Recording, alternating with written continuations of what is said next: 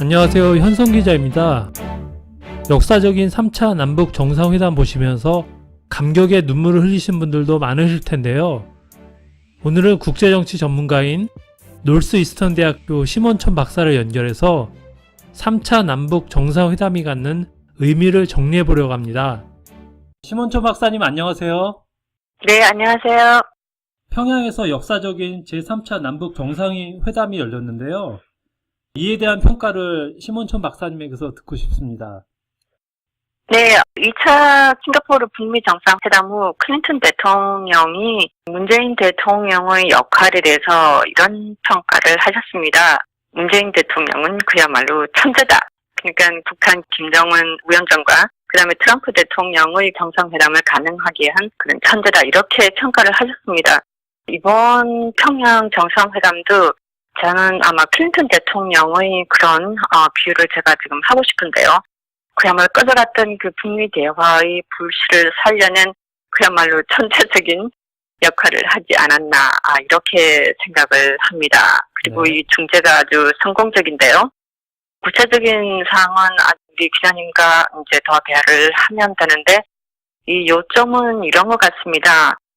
정말 역사적인 평양, 이제 평양 공동선언, 이렇게 이제 국제 언론, 그리고 한국 언론, 그리고 우리 역사에도 남을 것입니다. 근데 이제 제 개인적으로 생각하기는 평양이란 그 단어가 이제는 전쟁이란 단어가 아니고 이번 역사적인 공동선언을 계기로 해서 평양은 평화다. 저는 이렇게 역사적으로 영원히 남겨질 거라고 그렇게 생각하고 있습니다. 그렇게 희망하고요. 그래서 이제 주요 요점은 평양 공동선언은 바로 남북 관계 발전이 바로 북한과 미국 관계를 발전시키는데 발판, 뒷받침이 될 수 있다라는 것을 증명한 것이라고 그렇게 평가를 내리고 있습니다. 1차 정상회담에 비해서 합의 내용이 좀 더 구체적으로 되었죠?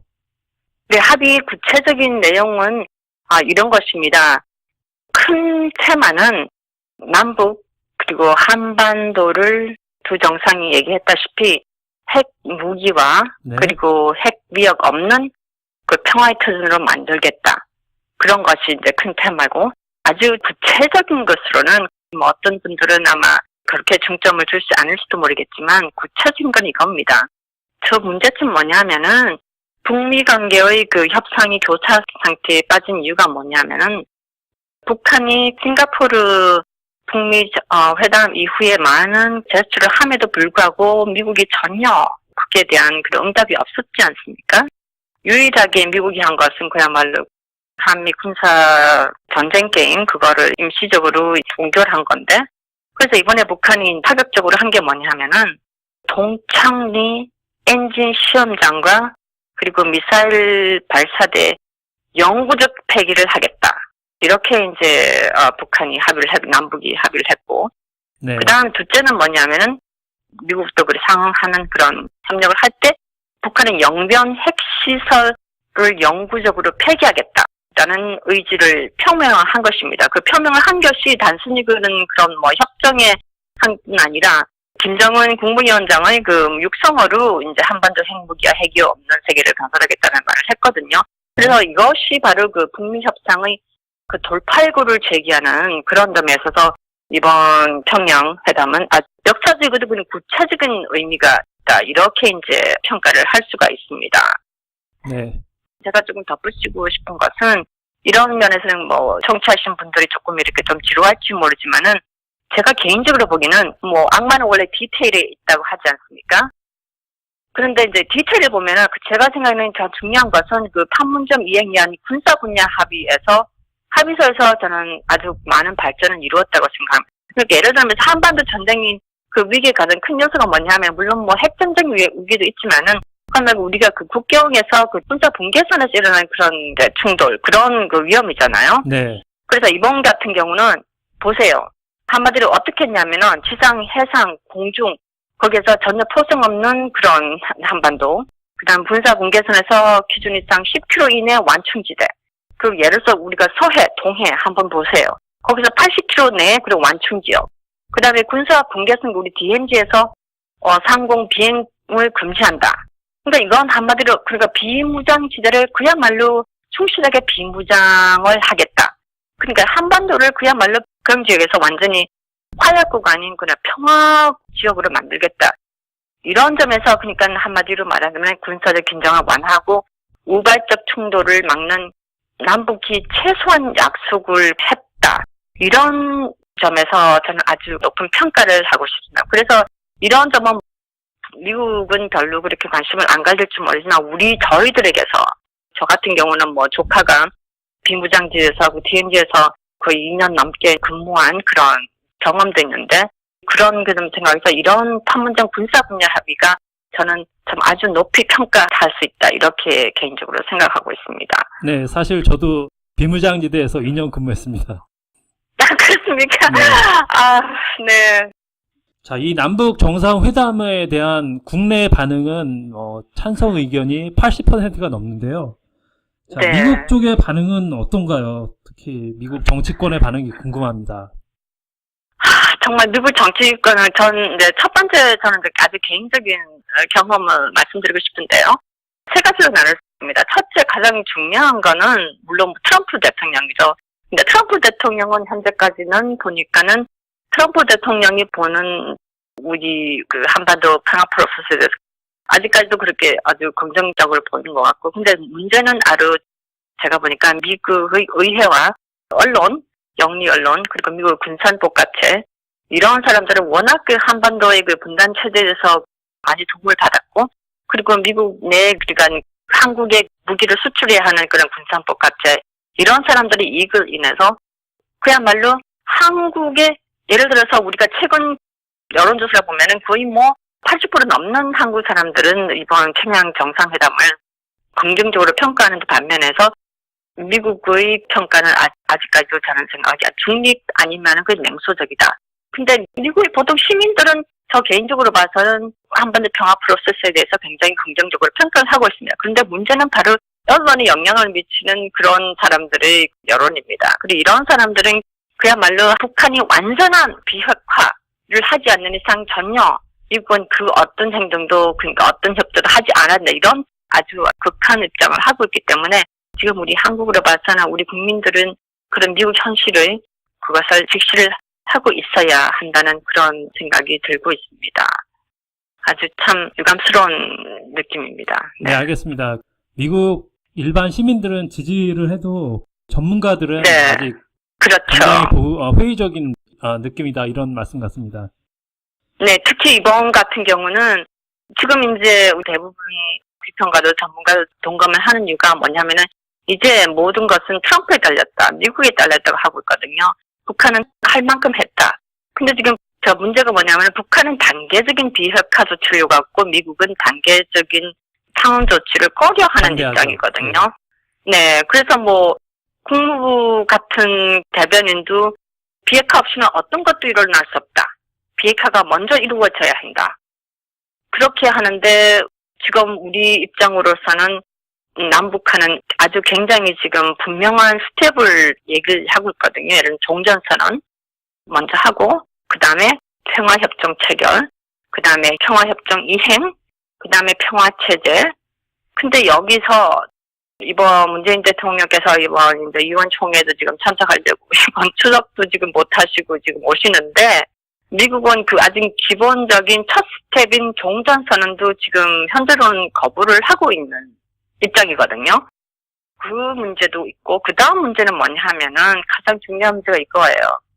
북한에 대한 미국의 유엔 제재라고 하지만 사실 미국의 제재거든요.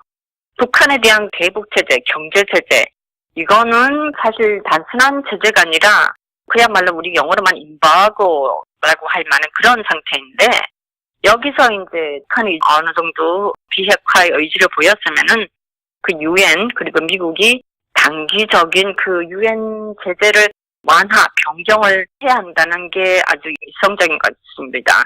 근데 그런 점에서도 미국이 아주 거부를 하고 그래서 여기서 두 가지 문제는 한마디로 미국 그런 의회, 그다음 미국 영미 언론들, 그다음 미국 내 그 강경론자들이 그리고 한국 내에 기자들도 알겠지만 네.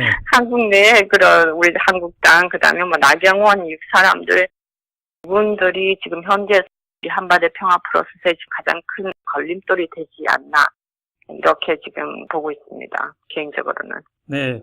이번에 또 주목할 점은 김정은 위원장이 서울 답방을 약속했는데요. 이거는 네. 어떻게 보셨나요? 현재 언론 여론조사를 보니까 거의 뭐 82% 넘는 우리 국민들이 김정은 국무위원장의 한국 방문을 지지한다, 환영한다. 그리고 뭐 최근 그 MBC 여론을 보니까 거의 60% 넘는 한국 분들이 우리 뭐 김정은 국무위원장 뭐 신뢰한다 이런 쪽으로 나오거든요. 근데 이제 중요한 거는 이런 여론에도 불구하고 아직 우리 한국 내에는 아직까지 우리가 지금 그랬으니까 저 같은 사람들 그렇고 70년대, 80년대 저는 멸공, 반공 사상으로 철저하게 교육받은 세대입니다. 그런 세대에서 사실 북한 지도자가 한국 방문한다는 그 자체는 아직까지도 많은 국민들에게 정말 불편할 수도 있습니다. 근데 제가 느낀 거는 김정은 국무위원장이 그만큼 할 수 있는 현재가 아니라 아마 미래에 대한 비전에 대해서 아마 갬블링을 하지 않나. 이런 역사적인 의무를 이행을 해야 내가 역사적인 소명을 내가 이행해야겠다. 저는 그런 의지도 담긴 것 같고요. 그런 점에서 저 개인적으로 생각하기에는 우리 국민 내에 물론 뭐 반대 의사도 많겠지만은 우리 미래 세대를 위해서 정말 한 분단된 한반도 내에서는 전혀 발전과 희망이 없다는 거는 진직하고 아마 미래 세대를 위해서 이런 점에서 아마 우리가 반드시 짚고 넘어야 할 숙제가 아닐까 그렇게 생각합니다. 근데 국민 지지가 그만큼 있으니까 희망을 걸어봅니다. 네. 그러면 올해 안에 유엔에서 네. 유엔의 제재가 완화될 가능성도 있나요? 지금 북한이 그 미사일 발사장을 폐기하겠다, 뭐 이런 거를 준수로 네. 이행했을 때, 왜냐하면 문재인 대통령이 연내에 네. 철도와 도로 사업을 시작하겠다고 했는데, 당장 철도 같은 경우는 유엔 제재 없이는 네. 불가능할 수 있다. 이렇게 돼서 유엔이 제재를 완화될 수 있을까? 그런 것도 궁금합니다. 네, 그 모든 그에 대한 답은 이건 이제 개인적인 답인데요. 그 답은 바로 우리들이 달렸다고 생각합니다. 왜냐하면은 이번 문재인 대통령이 그렇게 정말 클린턴 대통령이 말한 그런 천재적인 그런 중재 협상가 역할을 한 것도 바로 우리 촛불혁명을 통해서 문재인 대통령을 대통령으로 뽑은 그 결과입니다. 그래서 거기서 답은 우리가 지속적으로 한국뿐만 아니라 미국 내에서 우리 재미교포들 그리고 우리 기자님 그리고 저도 포함해서 이렇게 더 많은 그 지지를 해야 되고요. 그러니까 두 번째는 이렇습니다. 네, 그 질문에 대해서 저는 그 경제제재 그리고 우리 종전선언 분명히 가능하다고 생각합니다. 그러니까 그 시나리오가 뭐냐 하면은 남북미 3자가 종전선언을 하고 올해 아니면 내년에 남북미 중 4자가 평화협정을 체결합니다. 그럴 경우에 우리가 여기서 만약 그런 과정에서 남북 경제협력, 그 다음에 유엔 제재. 사실 여러분 많은 분들이 아시는지는 모르겠지만 유엔 제재라는 것은 여기에서 만일에 북한이 어떻게 비핵화에 대해서 의지가 있으면 유엔 제재는 완화할 수 있다. 이런 조항이 있습니다. 그렇기 때문에 아주 많은 경제 제재를 해제하고 예를 들어서 뭐 개성공단 같은 경우도 우리는 개성공단을 지금 만일 문재인 정부가 만일에 내일 국민들 지지로 한다면은 개성공단도 지금 재개할 수 있는 입장입니다.